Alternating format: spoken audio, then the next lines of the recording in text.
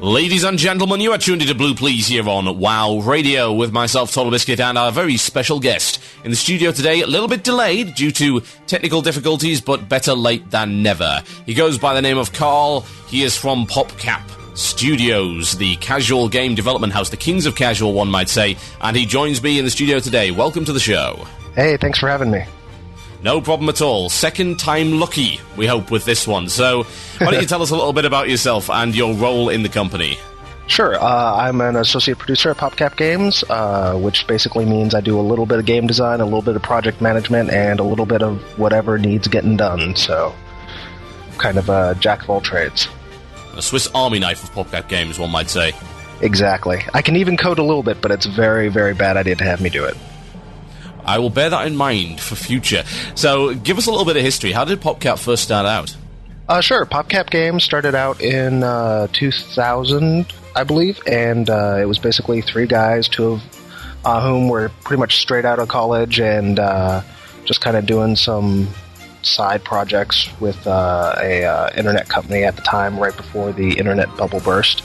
And they decided to form up a new company because that seemed to be a great idea at the time, and did Bejeweled, and released it as kind of a free that they made money off of ads around the game, put it up on a bunch of different sites like MSN and Yahoo and portal sites like that, and then that kind of took off and was pretty successful, and then they kind of started the try and buy model, shareware 2.0 if you will, and they got a lot more successful with that, and the company kind of grew and grew, and they released more games, Bookworm and Zuma, and then Bejeweled 2, and then all the way to present day where we're a 200-person something company like that, and we just released Plants vs. Zombies, and Peggle's really big for us, and so that's kind of the short, quick, and dirty history of Popcap.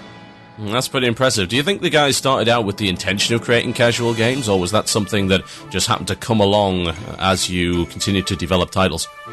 From what I understand, when they kind of started out, Bejeweled was definitely meant to be like a casual title. It was designed to be kind of a game that anyone could play and their moms could play, and definitely had a more relaxed vibe. They weren't going for hardcore games, and it was kind of initially sort of a let's do this and then take that money and do other things, but they kind of found success with it and had a lot of fun making it and had a lot of fun doing what we call casual titles, so they stuck with it. So you're a WoW player, so I've been told, is that correct? That is very correct, in fact. And how long have you been playing the game? Pretty hardcore for the last 3 years. I played it a little bit at launch, but then kind of the circle of friends I had that were playing it moved away and got busy with work and stuff. And then when I started at Popcap, ironically enough, I actually got into it pretty hardcore, and that's when I got, at the time, my max level 60s, and then Burning Crusade came out, and I started raiding and kind of just kept snowballing. So you're saying you managed to get hardcore into the game. Are any of the other developers at Popcap Studios actually hardcore gamers? Most of us are actually hardcore gamers. Really? It's pretty hard to be into games to the level to make them and not be hardcore. It's also a case of like anyone who's making games these days, kind of cut their teeth on hardcore games because there weren't really casual games exactly in the form that we call casual games for them to learn from. So pretty much every developer we have is a hardcore gamer. There you go. Now, there was a mod that you released recently by the name of Peggle. So why don't you tell us a little bit about how that mod actually came about? The Peggle add-on kind of, ironically enough, came out of a dare. We had just finished up the Bejeweled add-on, which had, we had kind of found a guy who was using Bejeweled artwork, and instead of suing him or sending him a cease and desist, offered him a job. And it was Besharded, wasn't it? Yes, Besharded. And he, Michael Formler was his name, and he took the contract, made Bejeweled, and it was great. And kind of towards the end of Bejeweled, when we released it, everyone was like, oh, you should do this game, and you should do that game, and a bunch of people said you should do Peggle, and said that their lives would be over if we did it, which wasn't exactly motivation, but We thought it would be funny to do Peggle because it's, so involved. It has this physics system, It's a much more involved game than Bejeweled, but we're like, there's no way the add-on API could ever really support a physics system and all the things that Peggle is. And the coder, Michael Fromwiller, was like, I think I can actually make it work. I have some ideas. And we're like, we dare you to make it, basically.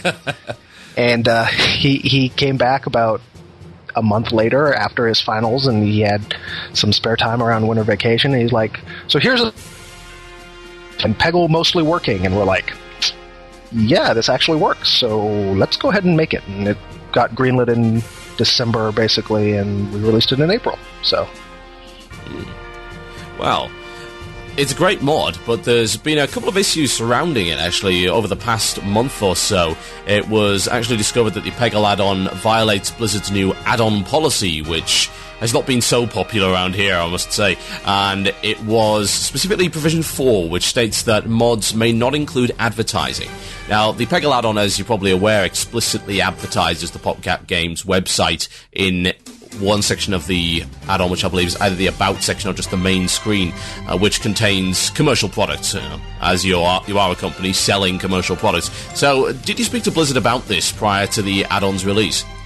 Yeah, we had a pretty open dialogue with Blizzard after the Bejeweled add-on. We kind of did the Bejeweled add-on just by ourselves. We didn't, tell anyone. And right that I kind of leaked it to a friend I had who was working as a DBA over there, and he kind of spread it around. And no one seemed to we weren't hit by any surprise cease and desist or anything. Yeah. So we went ahead and released Bejeweled, and after that, it turns out that Bejeweled was somewhat popular over there as an add-on, and so we kind of had a fairly open dialogue with them. We let them know we were doing the Peggle add-on and kind of talked to them, sent them builds as we were going along. They didn't have any direct hand in development, but we're just kind of keeping them aware of what was going on.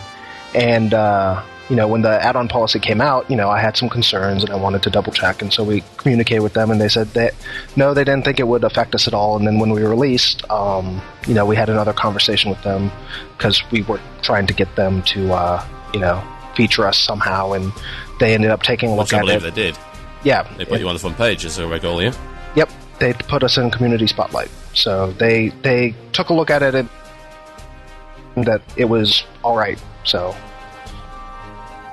Fair enough. Now, it seems a little confusing, I must say, that the add-on policy is not particularly specific, because one could argue, perhaps, that the advertising clause is only really to get rid of people that plaster their add-ons with massive great adverts for gold and in-game hacks and whatever. But I suppose because it's not so specific, it's a little bit tricky to work it out. So, what do you think Blizzard's trying to do with the add-on policy? I think they're trying to kind of lay out some ground rules and give themselves basically, hey, we warned you, so that they have something to refer back to when they come down on someone. I mean, this is total, I want to clarify, this is total speculation on my part. Of course.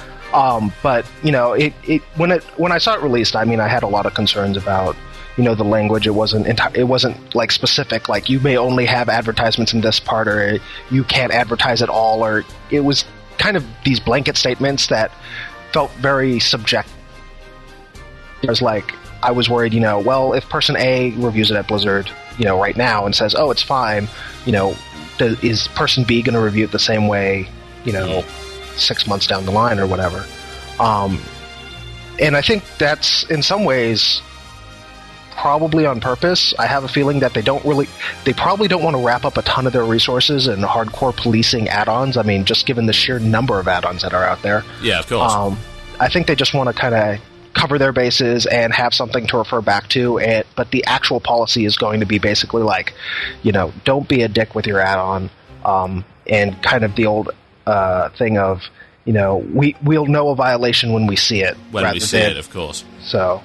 But one thing I do want to kind of go back and clarify, though, is the advertisements for Popcap.com. It's just a one-line thing in the About section, which also talks about the company in general. And the reason we actually put it in there is not to advertise commercial products. I mean, I would love to be able to go to my bosses and say, look, I sold a copy of Peggle.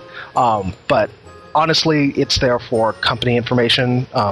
popcap.com is where we have all of our company information, our about page, our legal section, and our customer service.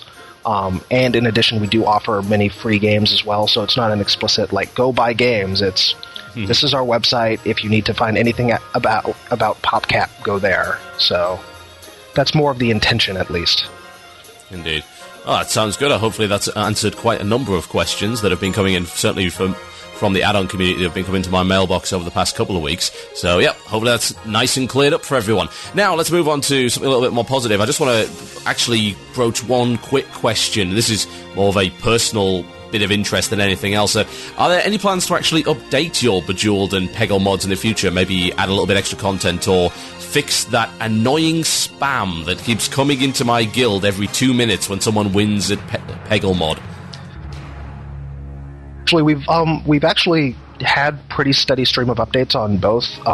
There was a big long space where we didn't update Bejeweled, but that was only because we were working on Peggle. We're actually Michael is going back as soon as he finishes finals, which are this week, I think, to go back and update some of the really big bugs in Bejeweled that we've had cataloged. We have repro steps. We just need to go back and update it. And around the same time, we're probably going to do another update for Peggle, which is a pretty quick one, to address the spam issues, actually. One of the things that we wanted to do was in Peggle, we have kind of a button that says, hey, you can announce your score when you get a really good one, so you can share it with your friends and all this stuff. And in options, there's a thing where you can do it to guild or party or one other thing, raid, I think. But we labeled the button publish because I'm like, oh, you publish your score, and I think a lot of people take that to mean as you have to press the publish button in order to save the high score. Not true at all. So we're actually going to go back in both Bejeweled and Peggle and add in the same feature where when you get to the high score screen on a game over screen, there's be a button that says like brag or announce the score or whatever, and when you click Brag's it, good. I like brag. Yeah, I kind of like brag myself too. And when you click it, it'll actually pop up another dialogue that says choose which channel you want to publish this to, and it'll remember what you last picked and make that the default. And so it'll be a 2-click system of people have to actually really intentionally mean to spam everyone in order to do it. And additionally, we're going to add custom channel support. So for all the people who hate having it in guild, if you want to create a guild Peggle custom channel, or I think some servers even have server-wide or faction-wide, I should say, Peggle channels that people join to find dual partners and stuff like that. You can actually have it set where it won't spam guild, it'll spam, your guild Peggle channel or the server Peggle channel. So it'll hopefully stop some of the completely unnecessary spam, because we want people to know about the add-on and spread it to their friends virally, kind of, but of course, we don't really want to have people that frustrated with, God, why is there so much spam? So yeah, actually, can we have a confirmation box, a second confirmation box that says your raid leader may dock you DKP if you press this button? Seriously, reconsider the channel you're using. Well, we've gotten a couple of mails over the time the add-ons have been out from raid leaders going, can you build in a feature that just lets me disable this add-on across the board? Which, while as a raid leader, I can totally respect where they're coming from. From our perspective, that's kind of more of a social enforcement thing. Yes. Indeed. Right, now let's get on to WoW, because WoW is considered by many to be one of the most casual-friendly MMOs, and yet discussion is always raging every day about the game either being too casual or too hardcore, or somewhere in the middle that some guy doesn't quite like and it should be maybe 2 inches to the left. So, do you think, from the perspective of a game designer and someone who's pretty savvy in these things, and as a player, have Blizzard struck the correct balance between those two camps? I think there's kind of two parts to the answer, and the first part really has to do with the whole definition or lack thereof of casual and hardcore. I mean, I think those two, categories are relatively arbitrary and shift all the time. I mean, just over the past year, or past several years, the definition of a casual game has expanded and expanded again and expanded again, and shifted closer to quote-unquote hardcore games, and hardcore games have lightened up and become casualized, and the whole casual is killing my hardcore or whatever. And I mean, I think it's kind of a case of the lines in the sand are relatively arbitrary and are shifting all the time, and so to kind of make some of those arguments is hard to really back it up, because that line is going to be in a totally different place, and now it won't be too casual, or maybe will be too casual, or whatever. As far as WoW is concerned, I mean, I think Blizzard has done an amazing job of creating a game that people can come in and play in almost any way they want to. They can get out what they want.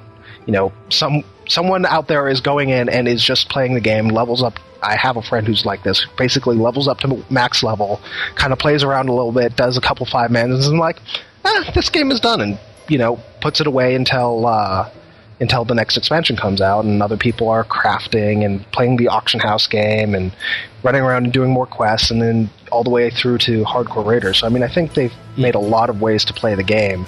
And I think that, people who have issues with where that line of casual versus hardcore is, maybe haven't exactly found their niche, or just, I hate to be condescending like this, but maybe just like to complain, because, I mean, you can kind of get out what you in it. I mean, if you want to do hardcore stuff, especially not so much with Nax, but now that they've introduced the hard modes and stuff, like, I'm sorry, anyone who beats Mimiron 25-man hard mode, just watching a video of that, they're really, really hardcore. So that's all I'm saying. Yeah, so to follow up that question then, I guess, as you said, the definition of hardcore and casual, they're constantly in flux and indeed somewhat arbitrary. But we could consider you perhaps an expert on the subject of casual, bearing in mind your current job description. So how would you personally define the casual player? The casual player is a little bit harder to define, because realistically, from the perspective of, PopCap and most casual companies, the casual player is anyone who's breathing. Casual players, it's a definition that, and this is part of the reason why it's kind of an arbitrary line of casual versus hardcore, is because technically speaking, hardcore players are within the audience of casual games, because casual games are designed to let anyone come in and play them. They're very easy to learn. Not necessarily easy all the way down. I mean, we definitely try to add a lot of depth to our game that people can, find and be challenged by down the road, but make it very easy to pick up, very easy to understand what's going on, very not super complicated controls. I mean, most of our games can be played with a button on a mouse, and that's it. We don't even require the second mouse button. Like, just try to keep it simple, easy to approach, easy to learn, and, have a lot of replay value that goes on and on and on. Sometimes that comes in the form of levels and depth and strategy and stuff, and sometimes, with Bejeweled, it plays forever. But, so, like, the casual player is anyone at all from, very young kids to very older people, who haven't necessarily grown up around games and are kind of new to this whole quote-unquote internet thing. It's anyone who wants to play a game. They realize they want to play a game, so. Yeah, absolutely. Now, you did mention that your intended demographic, your audience perhaps, is anyone who's breathing.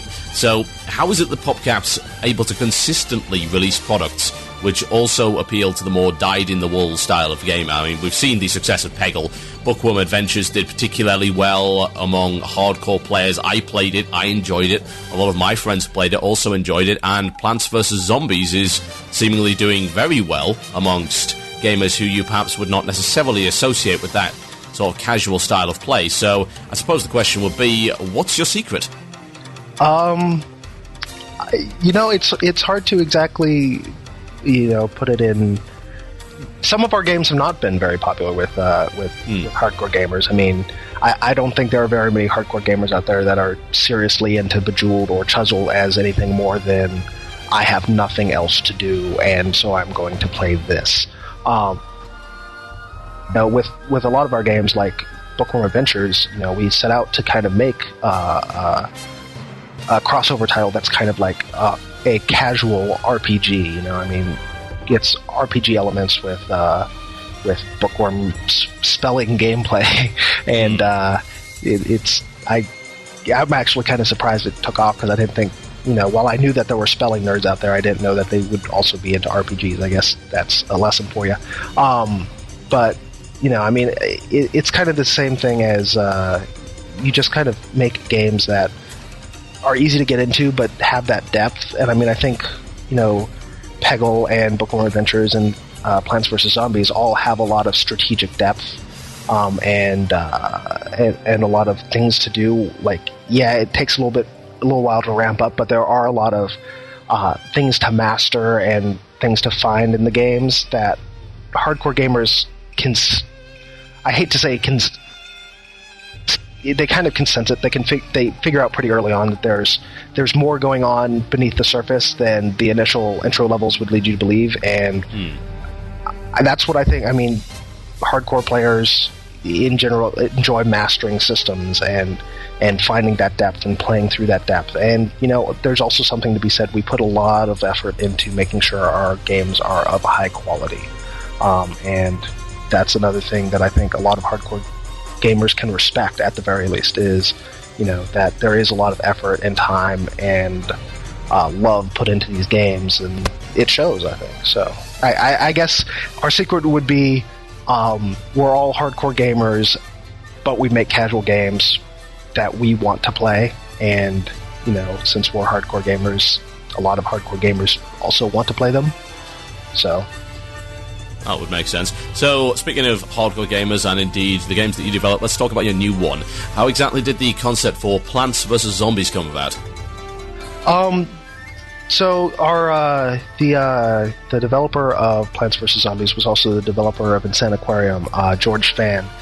He also, as a point of trivia, him and the programmer Todd Simple both used to work at Blizzard. Blizzard. Really? Yep, they both used to work at Blizzard North, I think specifically, for a while, working on Diablo. One of the earlier incarnations of Diablo 3, I think. Mm-hmm. So they are both pretty hardcore guys as well. But yeah, George was trying to come up with a game idea that he always kind of did these side projects, even while working at Blizzard, and it was kind of a culmination of a bunch of different things that were going on with him, and trying to come up with a sequel for Insaniquarium, and he really got into the tower defense games as when they were just the WoW or Warcraft 3 mods, and a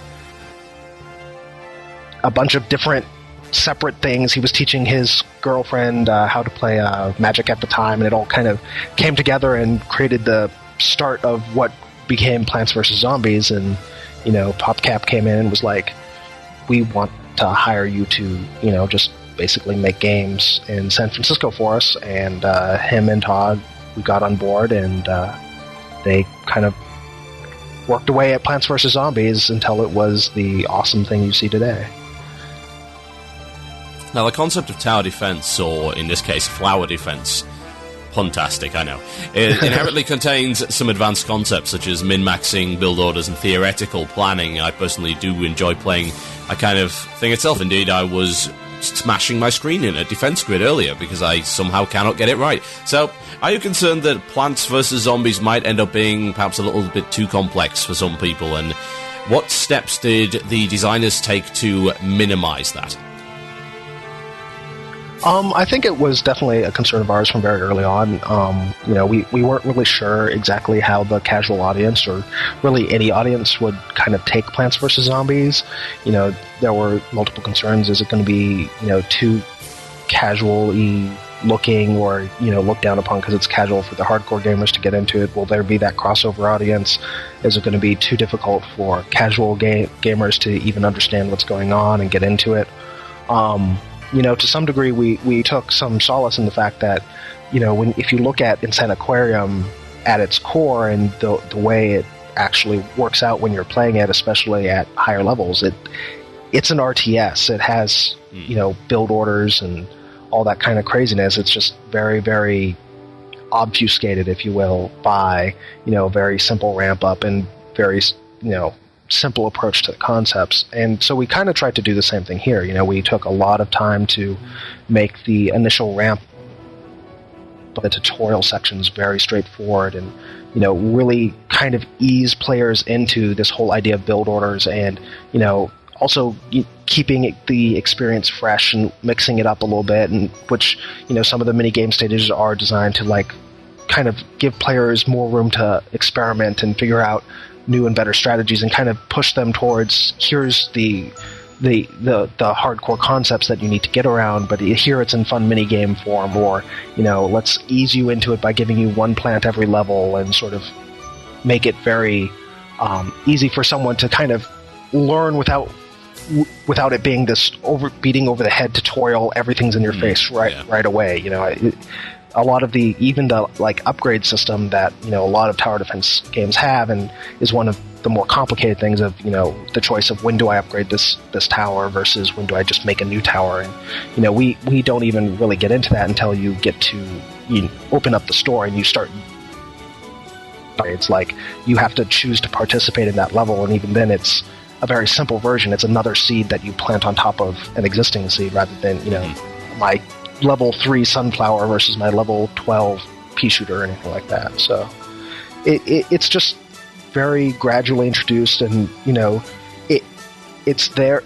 The more you play it, the more you'll get into the hardcore elements and the strategy and stuff, but there's certainly a level of play that you can get away with where it's just on the surface not very hardcore and not very tower defense-y as far as some of the really complicated concepts, but then once you dig down, you can find as much hardcore as you'd like. Well, there you go. Now, final question for you. We can consider this the challenge level of the interview. As you said last time when we recorded the interview that no longer exists, that you weren't so good at these, so we're giving you about a week or so to practice. I'm going to give you another shot at it. So here we go. Say I'm a cynical 24-year-old gamer. And that's, of course, not me at all. No, absolutely not. And I view Popcap as the antithesis of everything gaming stands for. Sell me Plants vs. Zombies in 30 seconds or so. It's a tower defense game through and through. I will give you that the first half hour or so is going to be a little bit slow. It ramps you into it very slowly, but there's tons of strategies. Once you get into the mini games and survival mode, it's super hardcore. It's an awesome game. There's 48 something different kind of plants, and it's something like probably a good 20 hours of gaming total if you include the mini games and puzzles and everything, and it's $10 for the cynical 24-year-old. 20 hours of gaming, $10. Come on. You can't really argue with that, to be quite honest. So, Carl, thank you very much for coming into the studio today as we give the opportunity to all our interviewees. Is there anyone you'd like to give a particular message to today? Yeah, I have. I actually, last time where I had no idea who I would actually say anything to, I have a couple shout-outs. I want to give a shout-out to Naiad, an old guild friend that I hang out with constantly. And then also Brad, Tyler, Lee, and Evan, who are raid with me but are not part of Popcap. And finally, on the Popcap side of things, I want to give a shout-out to our customer service intern, John Beachy, who's been doing an excellent job for us for the past year or so, and just want to give him the props he deserves. Excellent. Carl, thank you very much for coming into the studio today. Thank you for having me. Ladies and gents, you are tuned into Blue Please here on WoW Radio on WCRadio.com. We'll be right back after this with more great content. Enjoy.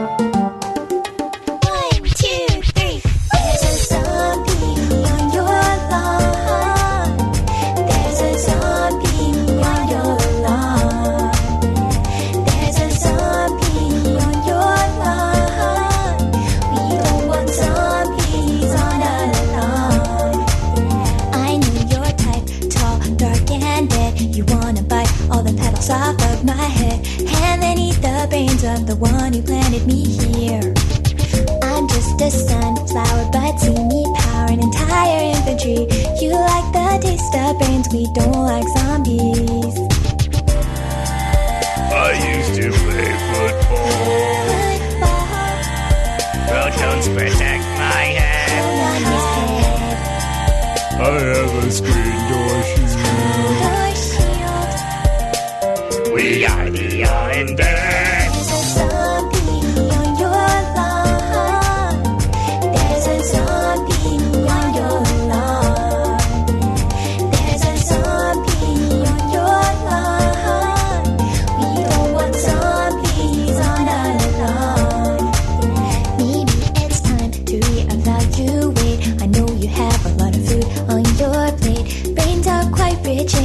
after all. You're dead, so it doesn't matter. Instead, we'll use the solar power to make a lawn defense at any hour. I like your tricycle. Dirt powder on my head. I'm gonna eat your brain. We are the Undead.